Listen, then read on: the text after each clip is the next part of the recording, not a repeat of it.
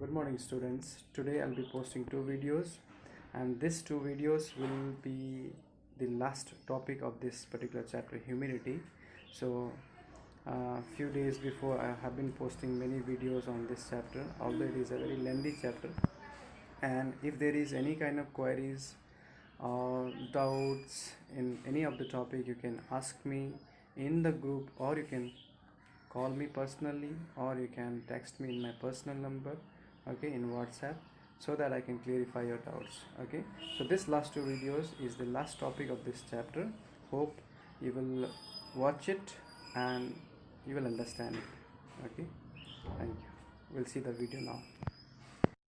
Good morning students. In the last video we have already discussed about different forms of condensation. Okay, if any of the topic is left over, so I'll make a separate video on this. So this is going to be the last second last video, and immediately after this I'll post one more video, okay, that is based on the type of precipitation.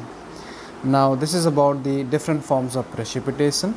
So we'll be discussing the meaning of precipitation, what is precipitation, okay, etc., and after that we'll be discussing about different forms of precipitations. Now in meteorology, precipitation is any product of condensation of atmospheric water vapor that falls on the surface of the earth under the influence of gravity, we can say. Okay, so this is also an important definition. In meteorology, precipitation is any product of condensation of atmospheric water vapor that falls on the surface of the earth under the influence of gravity.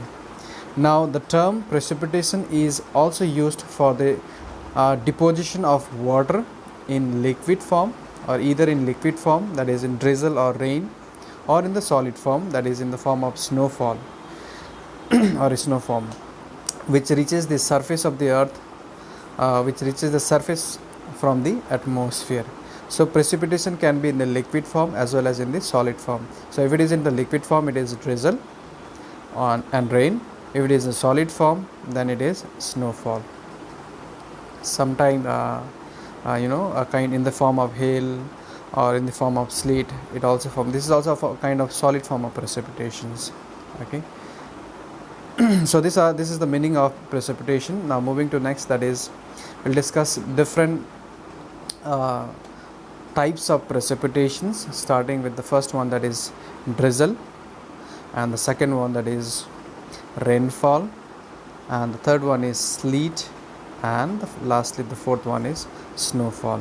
So these are the main forms or main types of precipitation that falls on the surface of the earth due to condensation process.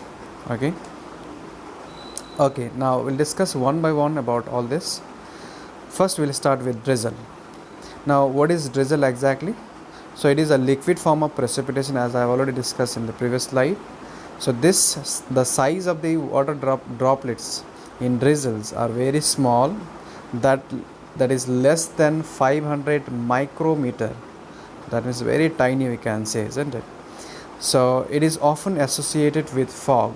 Okay, now drizzle is associated with fog. It is mixed with fog sometime. Okay, a very tiny droplets of water sometime we experience during our day-to-day life. Okay, a very tiny droplets of water, which generally if you go outside in those rain, we do not get wet, okay, by that particular rain. So such type of rain is known as drizzles, because the size of the the diameter of the raindrops is very small, or less than 500 meters, so it has less effective to us. So this is what we call drizzle. Now coming to next, that is, okay, you see this diagram here.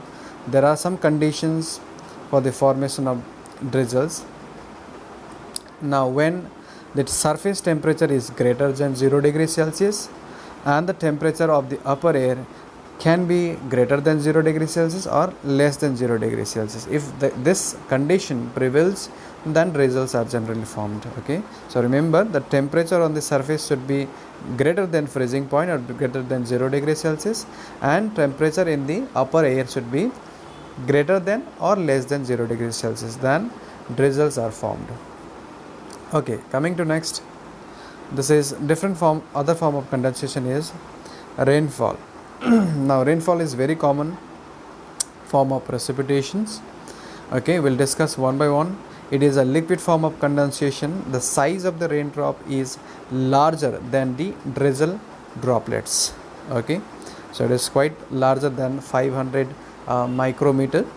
So the size varies from 200 micrometer to 700 micrometer. So this is the the variation of the size of the raindrops, that is about 200 microns to 700 microns are generally termed as the raindrops. Now millions of cloud droplets are required to form one single raindrops. Now you see there are small minute cloud droplets. Okay, this cloud droplets combines to form a raindrops, a single raindrops. Now for example, a single droplets of 3 diameter, if a if a raindrops with a 3 diameter, 3 millimeter in diameter, then it contains about 27 million cloud droplets, that is of 10 microns diameter.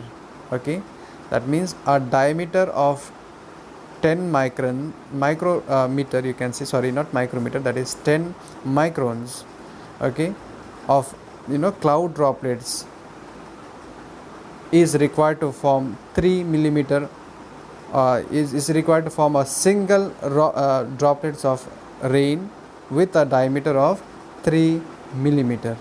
Okay, that means it requires many cloud droplets to form a single droplets of rain.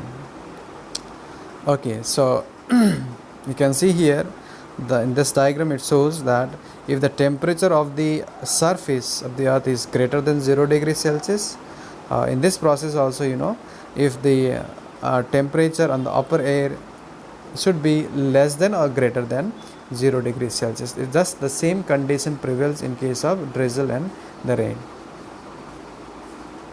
Now coming to next form of precipitation, next form of precipitation is sleet. Sleet. Now what is sleet exactly? It is also a kind of form of precipitation, and it is a mixture of rainfall and snowfall. So you can say it is both liquid form as well as solid form. Now sleet, as I already told you, the sleet is a mixture of rainfall and snowfall. Now sleet generally develops when the temperature of the upper air is less than freezing point. Then the condensation will be in the form of ice crystal. On the other hand, if the temperature of the ground should be 0 degrees Celsius, more than 0 degrees Celsius, so that the ice crystal melts reaching the surface. Okay, so this is the condition ideal for formation of the sleet. So the temperature in the upper air should be less than the freezing point. That means if the temperature in the upper air is less than the freezing point, then condensation will be in the form of ice crystal. And in the surface, if the temperature is more than 0 degrees Celsius, that particular ice crystal reaching on the earth's surface melts. Now the smaller size ice crystal completely melts, but the larger size ice crystal will partially melt, due to which a small size ice crystal remains as small ice crystals, okay, when it reaches to the surface. Now this is in case of snow. Okay, that means this condition is very much ideal. Okay, that means that surface temperature should be greater than 0 degrees Celsius, and in the particular in the upper air the temperature should be less than freezing point, where the ice crystals are formed. And the same ice crystal so for example, the same ice crystal, when it falls on the surface, if it is larger in the size and this ice crystal reaches the surface, when it reaches the surface it will partially melt and deposits in the surface of the earth. So that is what we call sleets. So when raindrops as well as sleets falls together, as well as the ice, not when the raindrops as well as the ice droplets falls together, we call it as sleets.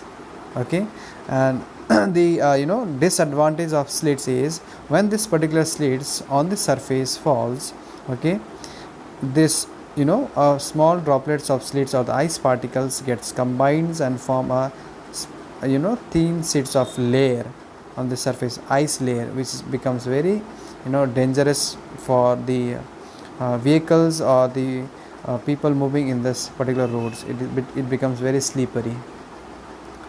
Okay, so this is the disadvantage of sleets, you can say. Now coming to next, that is snowfall. Now in case of snowfall, the temperature at the ground level and the upper level is very less, that is less than freezing point.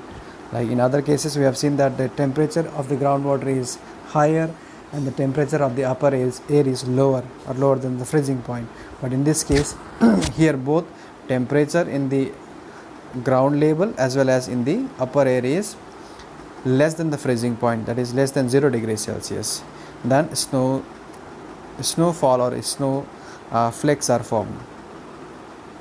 Okay. Coming to next one, that is hailstone. Okay, now hailstones or the hails are a small balls of ice having diameter ranging from 5 to 10 millimeter. So it's quite big comparatively to the raindrops. Okay, hail consists of concentric layers of alternating with layers of snow. So ice layer which is surrounded by a flake of snow around it is generally termed as hailstones. Okay, it looks like onion, kind of the layers of onions. So hail is also associated with cumulonimbus cloud. Okay, I think I have not yet discussed about cloud. I'll make a separate video on this, a different form of cloud. This is a kind of low cloud, we can say. Now this is due to strong vertical air currents. Sorry, due to is missing here. So due to strong vertical air currents, the raindrops are taken at higher elevations when they freeze and convert into ice crystal. Now here generally hails are formed when there is a strong turbulence or the strong vertical air is rising up, So by this time when raindrops falls down, this turbulence will try to carry these raindrops to higher altitude. So due to which the freezing point of the raindrops decrease drastically. So that particular ice, continuous process, this process is repeated continuously, and this particular ice, the raindrops convert into ice, and it is further added with some more ice particles. It forms. Now you see here, this ice crystals falls down under the influence of gravity, but they are again trapped by the strong air currents, due to which more ice crystals and raindrops are added to the original ice crystals. Say for example, let's see this one. Now the raindrops that is falling on the surface of the earth due to the gravitational force, okay, it may not reach the surface because here on the surface there is a strong turbulence, and this turbulence will force these raindrops to move vertical upward again. Okay, now due to which the temperature of these raindrops will decrease, and further rising up will convert these raindrops into ice crystal. Okay, now when it falls again back to the surface, it is further carried out by this turbulence to the higher altitude. So continuous repetition of this process will add some more ice crystals on it, as well as it adds more raindrops. Okay, so thereby the size of the ice crystal increases gradually in this process, and later on when the size becomes bigger, when it cannot hold it, or when the turbulence stops, then these ice crystal forms, or the bigger ice crystal falls in the surface in the form of hailstones. Okay, so hope you have understood about this. Now coming to the next topic, that is so ultimately it falls on the surface as a hailstone. Look at this particular figure here. Now the strong turbulence is carrying this raindrops or ice crystals, and later on it falls in the form of hailstones. So generally this is developed in cumulonimbus cloud.